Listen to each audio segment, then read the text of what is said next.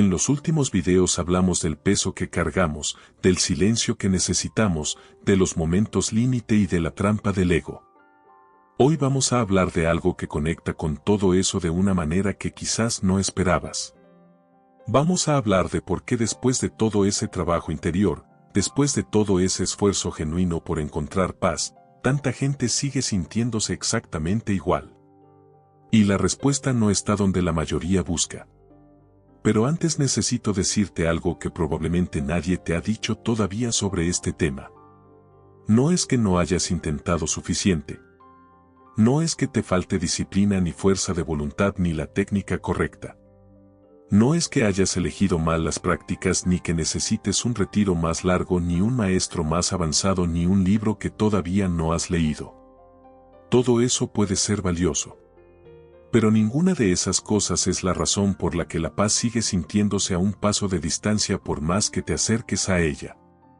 La razón es algo más fundamental. Más silenciosa. Más difícil de ver desde adentro.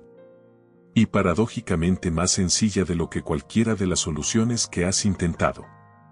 El budismo tiene una enseñanza que aparece en distintas formas en textos de todas las tradiciones y épocas y que describe este fenómeno con una precisión que cuando la escuchas por primera vez puede sentirse casi como una broma.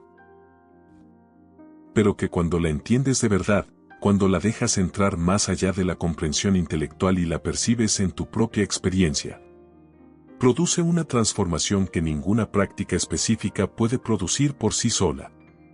La enseñanza dice esto: la paz no se encuentra. Se revela.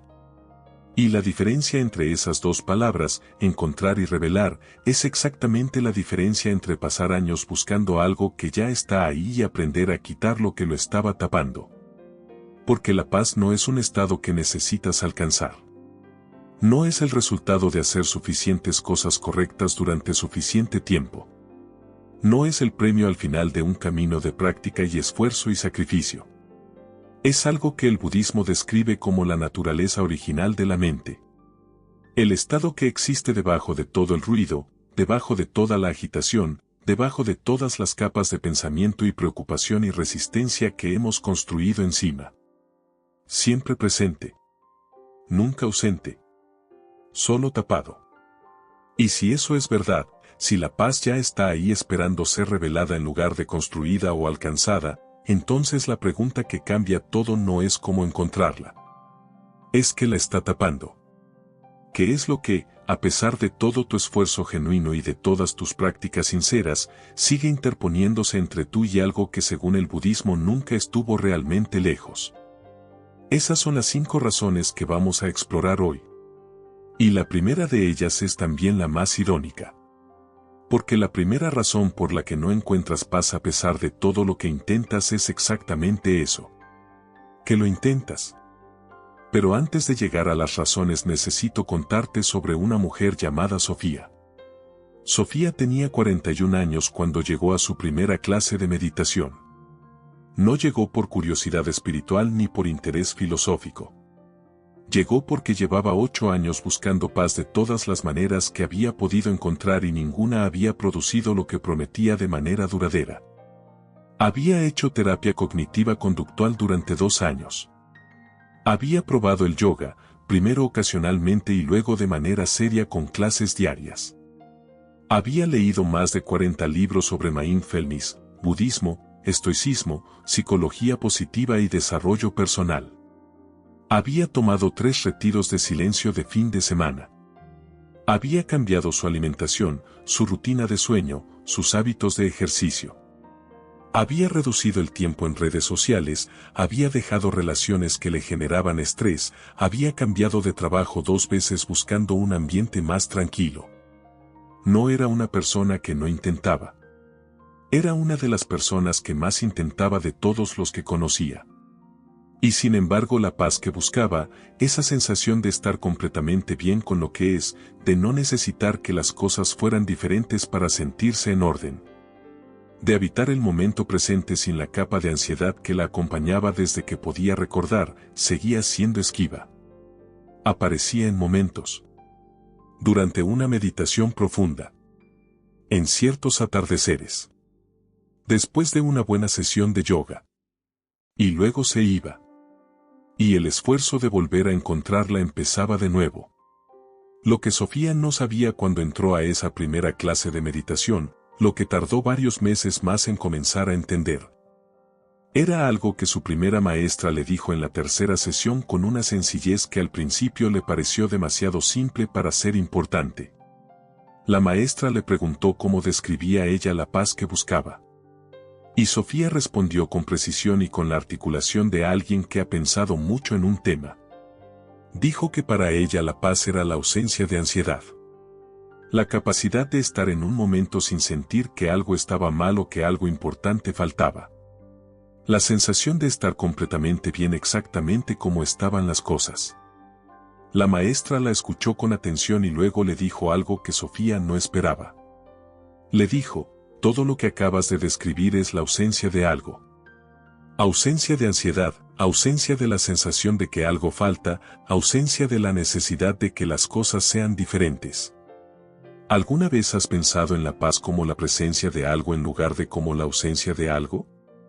Sofía se quedó en silencio. Porque la respuesta honesta era no. Durante 8 años había estado buscando la paz como si fuera la ausencia de todo lo que no quería sentir.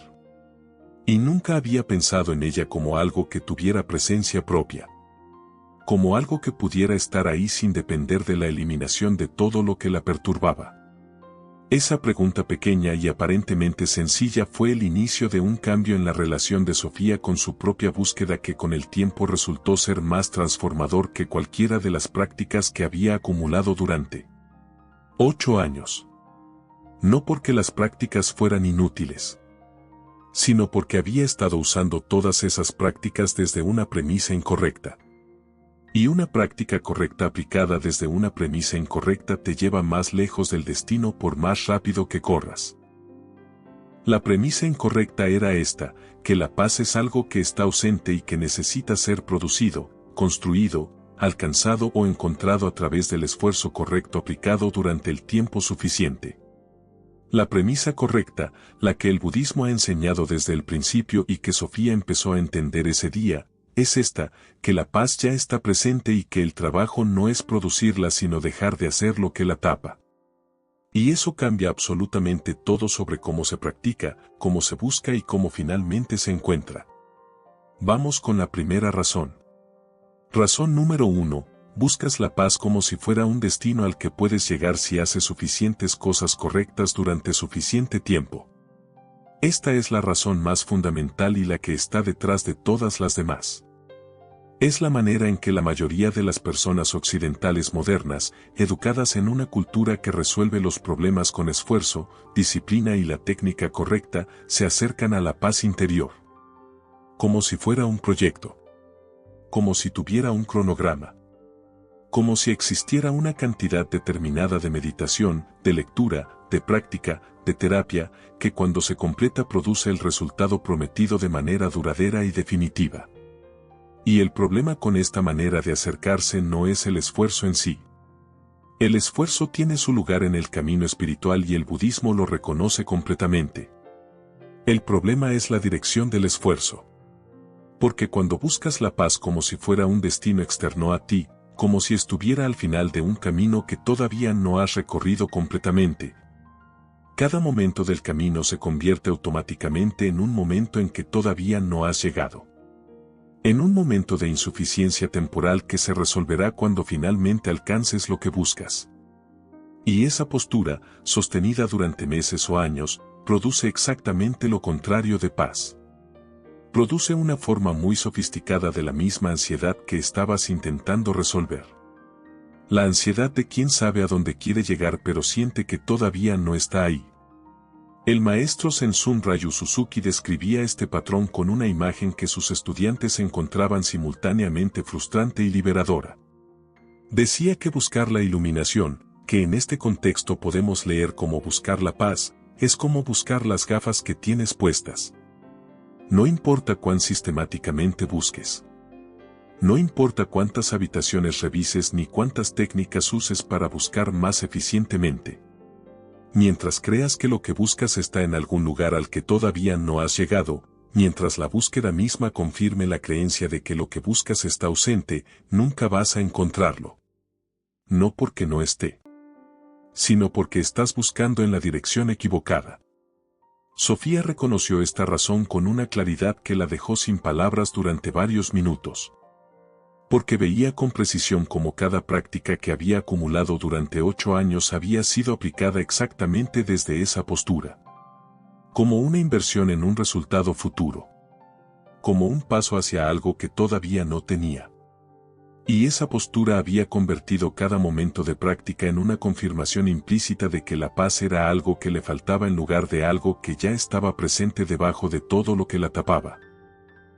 Razón número 2. Confundes paz con ausencia de problemas. Esta es quizás la confusión más costosa y más generalizada de todas las que vamos a explorar hoy. Porque es una confusión que parece completamente lógica desde adentro.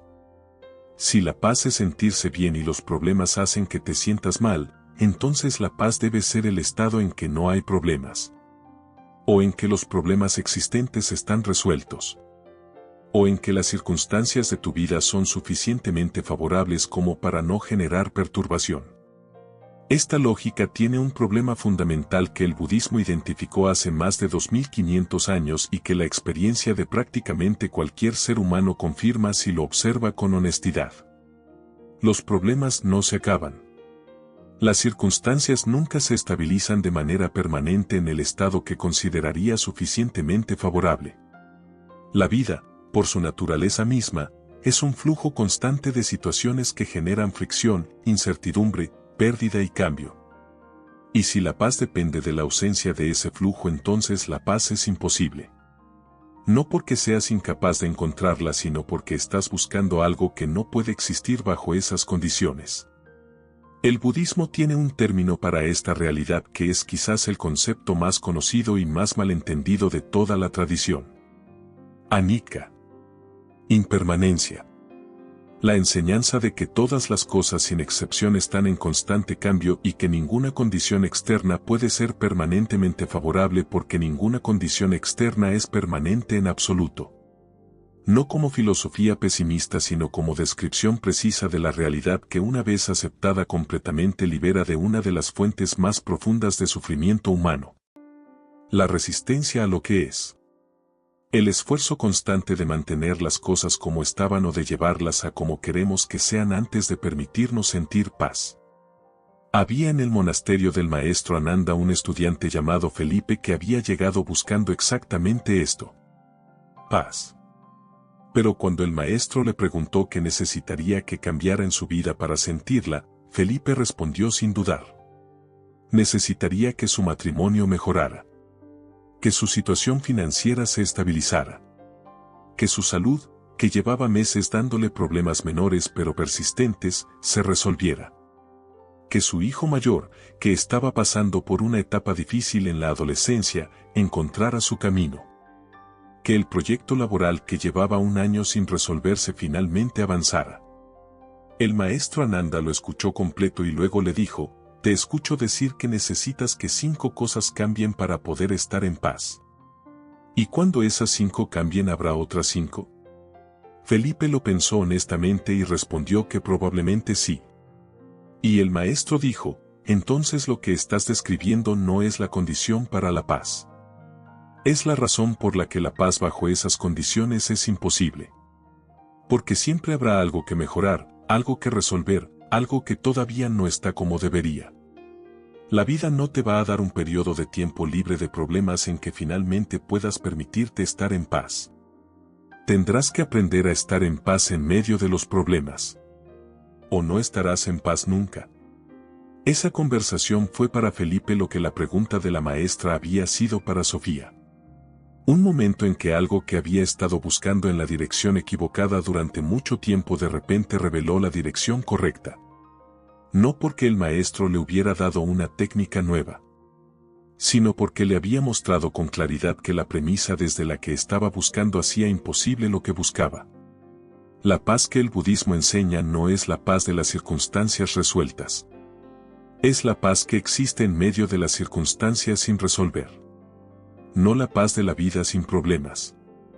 Es la paz de una mente que ha aprendido a habitar el momento presente sin necesitar que ese momento sea diferente para sentirse completa. Y esa distinción, que puede sonar sutil, lo cambia todo. Porque las circunstancias nunca van a estar completamente resueltas. Pero la mente sí puede aprender a relacionarse con ellas desde un lugar diferente. Desde un suelo que no depende de ellas para existir. Razón número 3. La búsqueda misma genera la distancia que intenta cerrar. Esta es la razón más paradójica y la más difícil de entender intelectualmente porque desafía una lógica que parece inapelable. Si quieres algo que no tienes, buscarlo es lo correcto. Así funciona prácticamente todo en la experiencia humana. ¿Quieres comida? La buscas. ¿Quieres trabajo? Lo buscas. ¿Quieres una relación? La buscas. La búsqueda activa es la manera normal y sensata de acercarse a lo que no tienes. Pero la paz no funciona así. Y la razón es exactamente la que exploramos en la primera razón pero vista desde un ángulo diferente y más profundo. Cada vez que buscas la paz estás haciendo implícitamente una afirmación sobre la realidad presente, que la paz está ausente. Que no estás en paz ahora mismo. Que hay una distancia real entre donde estás y donde necesitas estar para sentir lo que buscas. Y esa afirmación, repetida en cada acto de búsqueda, en cada práctica orientada a producir un estado diferente al actual, en cada momento de insatisfacción con el presente que genera el impulso de buscar, fortalece exactamente la creencia que está tapando la paz que ya está presente. Es como si intentaras ver el fondo de un lago revolviendo el agua. El esfuerzo de ver más claramente es exactamente lo que produce la turbidez que impide ver. Y la solución, por contraintuitiva que parezca, es dejar de revolver. No hacer menos sino hacer diferente. No buscar menos sino buscar desde una postura diferente. Desde la curiosidad en lugar de la necesidad. Desde el interés genuino en lugar de la ansiedad de llegar. Un maestro budista tibetano describía este mecanismo con una imagen que sus estudiantes encontraban perfectamente precisa. Decía que buscar la paz con ansiedad es como intentar atrapar agua con las manos apretadas. Cuanto más fuerte aprietas más se escapa. La manera de tener agua en las manos no es apretar más. Es abrir las manos con suavidad y dejar que el agua descanse en ellas naturalmente.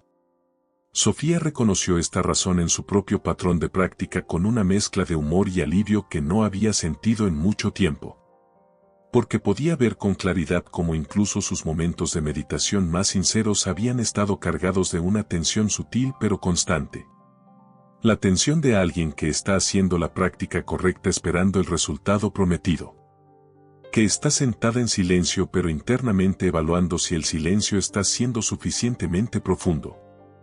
Que está presente en el momento pero simultáneamente comparando ese momento con el recuerdo de otros momentos de meditación que habían sido mejores. Que está buscando la paz con tanta intensidad que la búsqueda misma no deja espacio para que lo que busca pueda simplemente estar.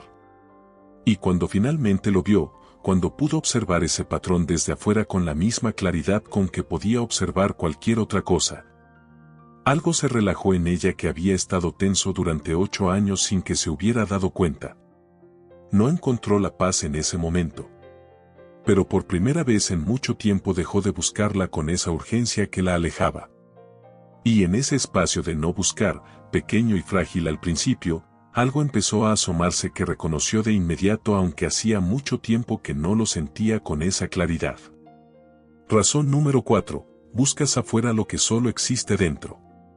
Esta razón conecta directamente con todo lo que hemos explorado en los videos anteriores de este canal. Con el ego que busca la validación externa. Con el ruido que tapa el silencio interior. Con el peso ajeno que cargamos confundiéndolo con el propio. Todas esas situaciones son en el fondo expresiones de la misma tendencia fundamental, buscar en el exterior lo que solo puede encontrarse en el interior. Y en el caso de la paz esta tendencia tiene manifestaciones muy concretas y muy reconocibles. Es buscar la paz en las circunstancias correctas, la casa correcta, el trabajo correcto, la relación correcta, el lugar de vida correcto. Como si hubiera una combinación de factores externos que cuando se alinean producen automáticamente el estado interno que buscas. Es buscar la paz en las experiencias correctas, el retiro correcto, el maestro correcto, la práctica correcta, como si la paz fuera algo que se transfiere desde afuera hacia adentro a través del canal correcto. Es buscar la paz en el reconocimiento ajeno, en la aprobación, en la sensación de ser visto y valorado de la manera correcta. Como si la seguridad interna pudiera construirse desde afuera hacia adentro a través de suficiente validación acumulada. Todo esto tiene algo en común. La creencia implícita de que el origen de la paz está fuera de ti. En las circunstancias, en las experiencias, en las personas, en las condiciones. Y mientras esa creencia opera sin ser cuestionada, mientras la búsqueda se dirige hacia afuera por defecto, la paz real, que según el budismo no tiene origen externo porque es la naturaleza más profunda de la mente misma, permanece tapada debajo de todo ese movimiento orientado hacia el exterior. Felipe lo entendió una tarde en el monasterio de una manera que no esperaba y que no vino de ninguna enseñanza formal. Vino de un momento completamente ordinario. Estaba pelando verduras para la cena comunitaria, una tarea que le habían asignado esa semana, y en algún punto durante esa actividad simple y repetitiva y completamente sin importancia notó algo. Que estaba bien. No excepcionalmente bien.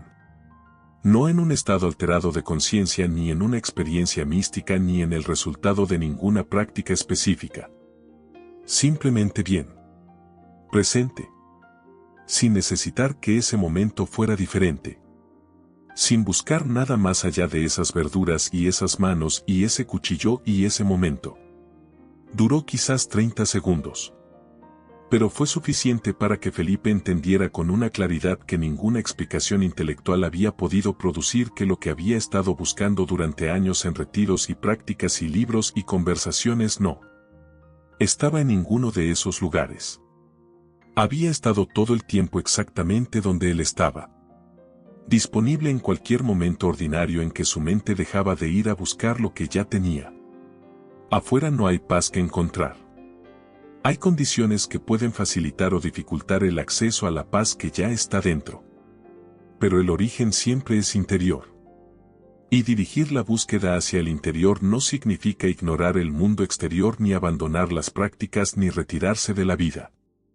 Significa entender dónde vive lo que buscas para poder ir a buscarlo en el lugar correcto. Razón número 5. No puedes recibir lo que no crees merecer. Esta es la razón más silenciosa de todas. La más escondida. La que opera en el nivel más profundo de la identidad y que por eso es la más difícil de ver y la más liberadora de reconocer cuando finalmente se hace visible. Hay personas que han hecho todo lo correcto. Que meditaron con consistencia. Que estudiaron con seriedad. Que trabajaron su psicología con honestidad. Que aplicaron las prácticas con dedicación genuina. Y que sin embargo en el momento en que la paz empieza a asomarse, en que el silencio se vuelve real y la quietud empieza a sentirse no como amenaza sino como posibilidad, algo en ella se contrae. Algo se pone en movimiento para romper ese silencio, para llenar esa quietud, para volver al ruido familiar que aunque incómodo al menos es conocido. Este fenómeno tiene un nombre en psicología moderna. Se llama tolerancia al bienestar. Y describe algo que a primera vista parece completamente irracional pero que cuando se entiende su lógica interna resulta perfectamente coherente. Hay personas cuya historia les enseñó, de maneras explícitas o implícitas, que estar bien no es su estado natural. Que la paz no es algo que les corresponde. Que el bienestar sostenido genera desconfianza porque la experiencia enseñó que cuando las cosas están bien es porque todavía no ha llegado lo que las va a romper. O que si estás demasiado bien es que no estás siendo suficientemente responsable de todo lo que podría salir mal. O simplemente que la identidad de alguien que sufre o que lucha o que carga se volvió tan familiar y tan central que la paz amenaza con disolver quien crees que eres. El budismo no usa el término tolerancia al bienestar pero describe exactamente este mecanismo con el concepto de samskara, que se traduce como impresiones o condicionamientos profundos. Las huellas que las experiencias pasadas dejan en la mente y que sin ser conscientes filtran la experiencia presente de maneras que perpetúan los patrones conocidos aunque esos patrones produzcan sufrimiento. Son el software más antiguo del sistema. El que fue instalado antes de que tuviéramos la capacidad de evaluarlo críticamente. Y que opera en el fondo, silenciosamente, determinando qué experiencias se pueden recibir y cuáles se rechazan antes de que la conciencia tenga oportunidad de elegir. Sofía encontró esta razón en el lugar más inesperado. No en una meditación ni en una enseñanza formal ni en una conversación con su maestra. La encontró un domingo por la mañana completamente ordinario en que se despertó y durante los primeros minutos antes de que el día comenzara con todas sus demandas sintió algo que reconoció como paz. No la paz que había estado buscando durante 8 años, grande y definitiva y transformadora. Una paz pequeña y cotidiana y completamente sin drama. El sol entrando por la ventana. El silencio de una casa que todavía no se había despertado. La sensación de estar exactamente donde era. Y entonces ocurrió algo que la sorprendió.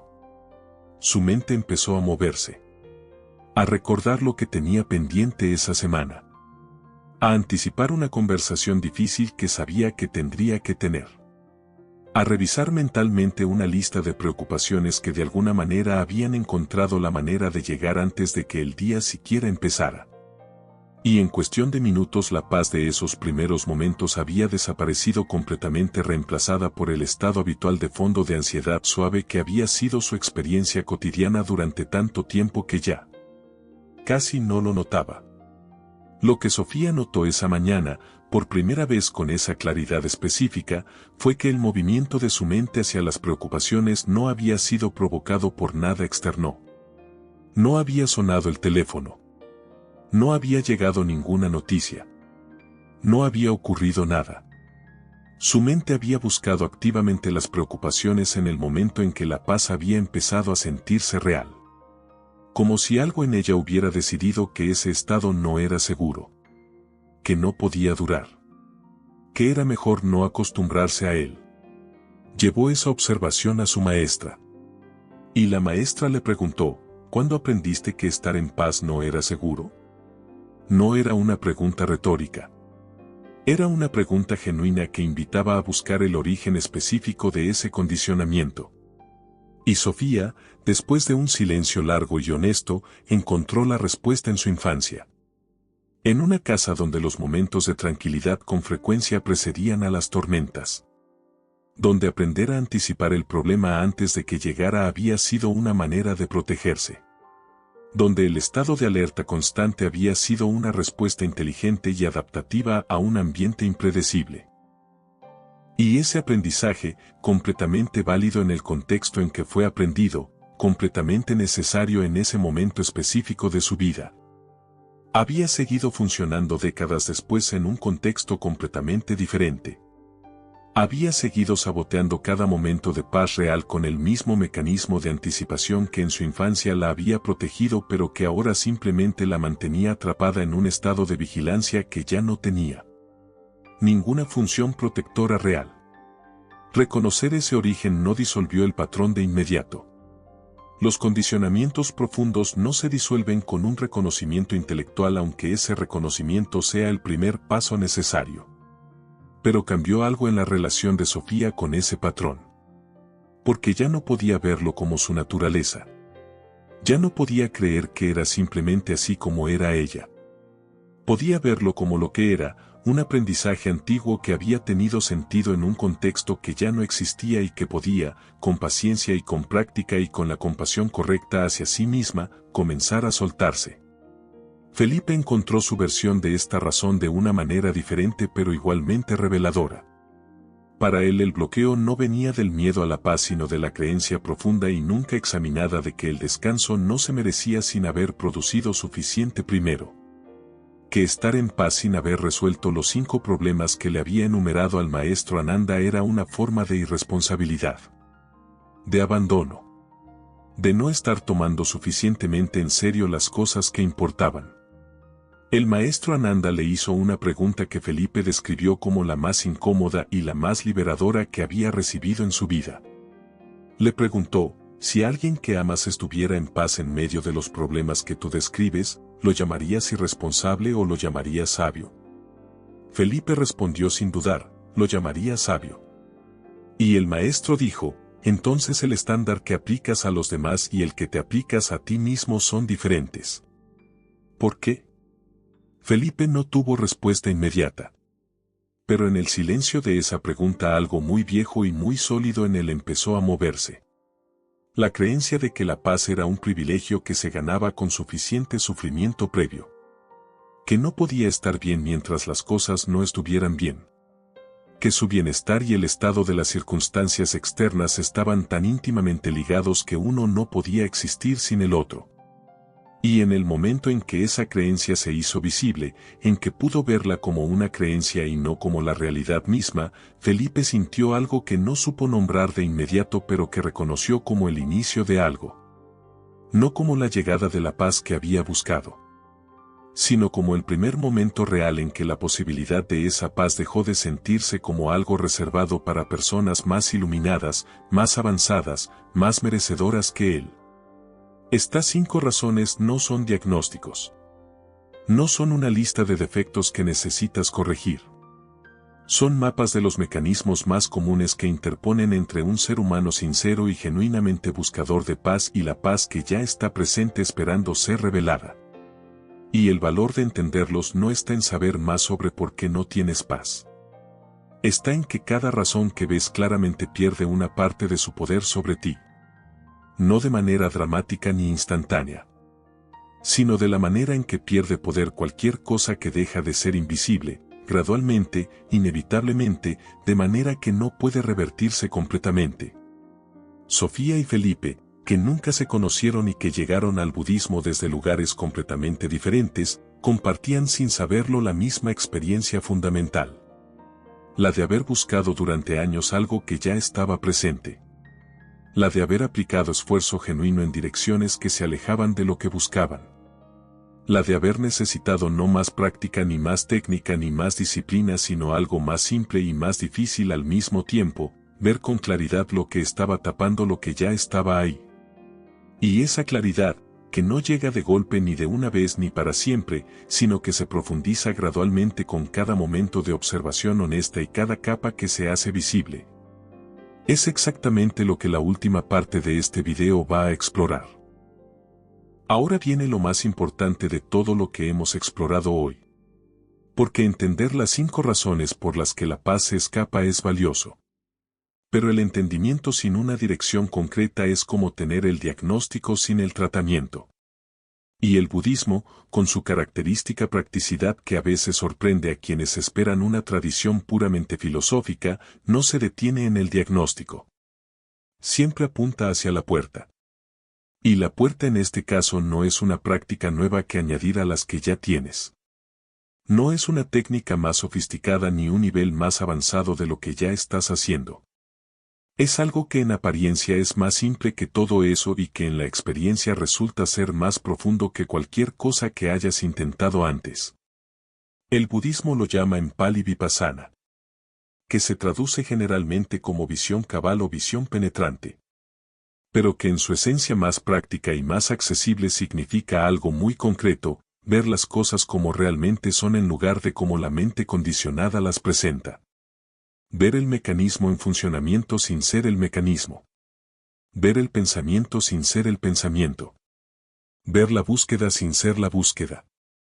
Crear suficiente espacio entre lo que ocurre y el que observa lo que ocurre como para que en ese espacio la realidad pueda mostrarse sin el filtro de todas las capas de condicionamiento que normalmente la distorsionan. No es una práctica que se hace en momentos específicos y luego se guarda. Es una orientación hacia la propia experiencia que con el tiempo se vuelve la manera habitual de relacionarse con todo lo que ocurre. Dentro y fuera. En la meditación y fuera de ella. En los momentos de quietud y en los momentos de caos. En los momentos en que la paz se asoma y en los momentos en que parece completamente ausente. El maestro Ananda enseñaba Vipassana no como una técnica de meditación formal sino como lo que él llamaba el arte de mirar sin tocar. Ver lo que ocurre en la mente con suficiente claridad y suficiente distancia como para no quedar atrapado en ello automáticamente. Como alguien que observa nubes desde el suelo sin intentar agarrarlas ni empujarlas ni hacer que sean diferentes de lo que son. Las nubes hacen lo que hacen. El observador simplemente ve. Y lo que ocurre con la práctica sostenida de mirar sin tocar es algo que ninguna descripción puede capturar completamente porque es una experiencia que solo se entiende viviéndola. Pero que tiene una lógica perfectamente clara. Cuando dejas de intervenir en los procesos de la mente, cuando dejas de luchar con los pensamientos, de perseguir los estados agradables y de rechazar los estados desagradables, cuando simplemente observas lo que hay con la misma ecuanimidad tranquila con que observarías el clima, algo que había estado en tensión constante empieza a relajarse. No porque hayas hecho algo para relajarlo, sino porque la tensión era producida por la intervención y cuando la intervención cesa la tensión no tiene de dónde sostenerse. Y en ese espacio de menor tensión algo que siempre estuvo presente pero que el ruido tapaba empieza a hacerse perceptible. No como experiencia extraordinaria.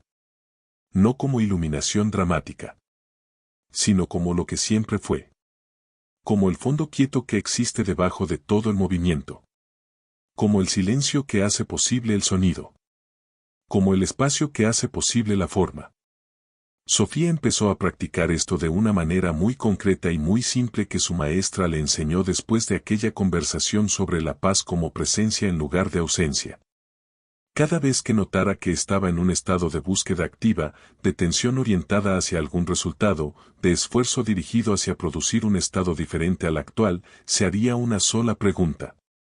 Una pregunta pequeña y sin drama, ¿qué hay aquí ahora mismo si dejo de buscar lo que no está? No como técnica para producir paz, sino como invitación genuina a ver lo que ya estaba presente antes de que la búsqueda comenzara. A notar si debajo de la tensión de buscar había algo más tranquilo que la búsqueda tapaba. A explorar con curiosidad real en lugar de con urgencia ansiosa. Las primeras semanas la respuesta que encontraba cuando se hacía esa pregunta era principalmente más búsqueda. Más tensión. Más ruido mental. Y su maestra le había dicho que eso también estaba bien. Que ver claramente el ruido sin añadir resistencia al ruido era también ver las cosas como son. Que la claridad no significa ver algo hermoso. Significa ver lo que hay. Y ver lo que hay sin añadir nada encima es en sí mismo el inicio de la transformación. Con el tiempo, con la repetición paciente de esa pregunta sin expectativa de respuesta específica, algo empezó a cambiar en la textura de la experiencia de Sofía que era difícil de describir con palabras pero que era completamente real. Los estados de paz que antes aparecían ocasionalmente y desaparecían dejando una sensación de pérdida empezaron a sentirse menos como visitantes y más como algo que siempre había estado de fondo. No más frecuentes necesariamente, pero más reconocibles. Más familiares. Como si la práctica de mirar sin tocar hubiera limpiado poco a poco el polvo de una superficie que siempre había sido capaz de reflejar pero que durante mucho tiempo había estado demasiado cubierta para hacerlo. Un año después de aquella primera clase de meditación, Sofía tuvo una conversación con su maestra en la que intentó describir lo que había cambiado. No quería exagerar porque lo que sentía no era espectacular ni transformador en el sentido dramático de la palabra. Era algo más simple y más fundamental que eso. Le dijo que seguía teniendo los mismos problemas que un año antes. Su matrimonio tenía sus momentos difíciles. Su trabajo tenía sus días agotadores. Su mente tenía sus rachas de ruido y de ansiedad que no habían desaparecido. Pero que algo en la relación con todo eso había cambiado. Que había un lugar en ella que ya no se movía con todo lo que se movía afuera. Que no era perfecto ni permanente ni imposible de alterar. Pero que estaba ahí. Y que saber que estaba ahí, incluso en los momentos en que no podía acceder a él con facilidad, cambiaba todo lo demás. Su maestra la escuchó en silencio y luego sonrió de una manera que Sofía reconoció como diferente a todas las sonrisas anteriores. Y le dijo, eso que describes no lo encontraste. Siempre estuvo ahí. Lo que hiciste fue dejar de taparlo con tanta eficiencia. Felipe tuvo su momento de claridad equivalente en circunstancias completamente diferentes. Volvió a su vida normal después de su tiempo en el monasterio con los 5 problemas que había enumerado al llegar todavía presentes en distintas medidas. El matrimonio seguía siendo complicado. La situación financiera había mejorado levemente pero no estaba resuelta. Su hijo mayor seguía encontrando su camino con los tropiezos inevitables de la adolescencia. Y sin embargo algo era diferente. No en las circunstancias. En él. Lo describió a su esposa una noche con una frase que ella guardó porque le pareció la más honesta que le había escuchado en muchos años. Le dijo, aprendí a estar bien mientras las cosas no están bien. Y sé que eso suena a rendirse o a no importarme. Pero es exactamente lo contrario. Porque ahora que tengo un lugar desde el cual estar bien puedo ocuparme de las cosas que no están bien desde un lugar diferente. No desde el miedo. No desde la urgencia de que tienen que resolverse para que yo pueda estar en paz. Desde un lugar más limpio. Desde un lugar que no necesita que el resultado sea el correcto para mantenerse firme. Eso es exactamente lo que el budismo lleva 2500 años describiendo con diferentes palabras en diferentes tradiciones y diferentes contextos. No la paz como destino. No la paz como recompensa. No la paz como el estado que llega cuando las circunstancias finalmente se alinean de la manera correcta. Sino la paz como el suelo. Como el fondo. Como lo que siempre ha estado presente debajo de todo el movimiento esperando que dejaras de buscarla en otro lado el tiempo suficiente para notar que siempre estuvo aquí. Y la razón por la que esto es tan importante, la razón por la que estas 5 razones que exploramos hoy merecen ser entendidas con profundidad y no solo leídas de pasada, es esta. Porque si la paz ya está presente entonces nada de lo que ocurra en tu vida puede quitártela permanentemente. Las circunstancias pueden dificultarle el acceso. Los condicionamientos pueden taparla. El ruido puede hacerla temporalmente imperceptible. Pero no puede ser destruida porque no es un estado que se construyó. Es la naturaleza de lo que eres cuando nada la está tapando. Y eso significa que lo que has estado buscando durante tanto tiempo no está en ningún lugar al que todavía no has llegado. Está exactamente donde siempre estuvo. Donde siempre estará. Aquí. Ahora. En este momento. Debajo de todo lo demás. Ya no necesitas encontrarla. Solo necesitas dejar de taparla. Si llegaste hasta aquí quiero que te quedes con una sola cosa de todo lo que exploramos hoy. No fallaste en encontrar la paz. Buscaste en la dirección que tenía más sentido con lo que sabías. Y ahora sabes algo diferente. Sabes que la paz no está al final del camino. Está en el suelo desde el que caminas. Siempre estuvo ahí. Solo necesitabas saber dónde mirar. Empieza ahí. Con esa sola comprensión. Con eso es completamente suficiente. Si este video te llegó, si en alguna de estas 5 razones reconociste algo que llevas tiempo viviendo sin poder nombrarlo, suscríbete al canal. Cada semana traemos una nueva historia o enseñanza que puede acompañarte exactamente donde estás en este momento de tu vida. Y si conoces a alguien que lleva mucho tiempo buscando paz sin encontrarla, que lo ha intentado todo y sigue igual, comparte este video con esa persona. A veces lo único que se necesita para cambiar la dirección de una búsqueda es entender por qué la dirección anterior no podía llegar a donde se quería ir. En el próximo video vamos a explorar algo que conecta directamente con todo lo que hablamos hoy. ¿Por qué soltar no es perder? ¿Y por qué a veces la decisión más valiente y más sabia que puede tomar un ser humano es dejar de aferrarse a lo que ya no le sirve aunque hacerlo se sienta como perder una parte de quien es? Te espero ahí. Gracias por tu tiempo. Gracias por tu presencia. Gracias por quedarte hasta el final.